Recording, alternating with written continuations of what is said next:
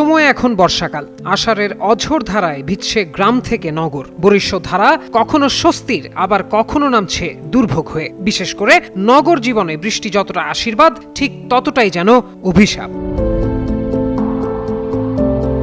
রাতভর মুষলধারে বৃষ্টিতে এবার ডুবেছে রাজধানী। রোববারও বৃষ্টি না কমায় ঢাকার প্রধান সড়ক থেকে শুরু করে অলি-গলি সবখানে থই থই করছে পানি। রেকর্ড পরিমাণ বৃষ্টিপাতে তৈরি হওয়া জলাবদ্ধতায় চরম ভোগান্তিতে পড়েছেন নগরবাসী। বিশেষ করে অফিসগামী যাত্রী এবং জরুরি প্রয়োজনে বের হওয়া মানুষকে পড়তে হয়েছে তীব্র বিড়ম্বনায়। জলাবদ্ধতার কবল থেকে রক্ষা পায়নি রোগীবাহী অ্যাম্বুলেন্সও।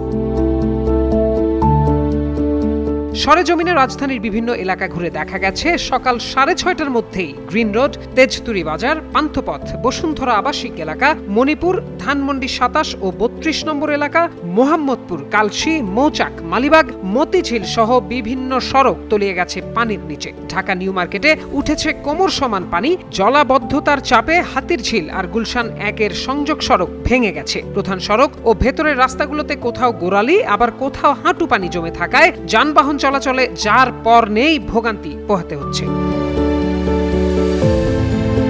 অন্যদিকে কয়েকটি এলাকায় সড়ক ও ফুটপাতের পার্থক্য বোঝা কঠিন হয়ে পড়ে, যার মধ্যে সবচেয়ে নাজুক ও বেশি জলাবদ্ধতার চিত্র দেখা গেছে শেওড়াপাড়া এলাকায়। এতে পথচারীরা ঝুঁকি নিয়ে চলাচল করছেন। নগরবাসীর দীর্ঘদিনের অভিযোগ, অপরিকল্পিত ড্রেনেজ ব্যবস্থা এবং সামান্য বৃষ্টিতেই ঢাকা এভাবে তলিয়ে যাওয়ার পুরনো সংকট থেকে এখনো মুক্তি পায়নি। কর্তৃপক্ষকে সময়োপযোগী যথাযথ পদক্ষেপ নেওয়ার জোর তাগিদ দেন তারা।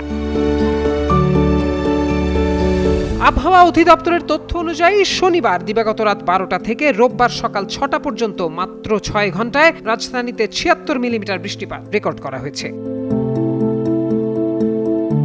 প্রত্যয় দাস, যুগান্তর নিউজ।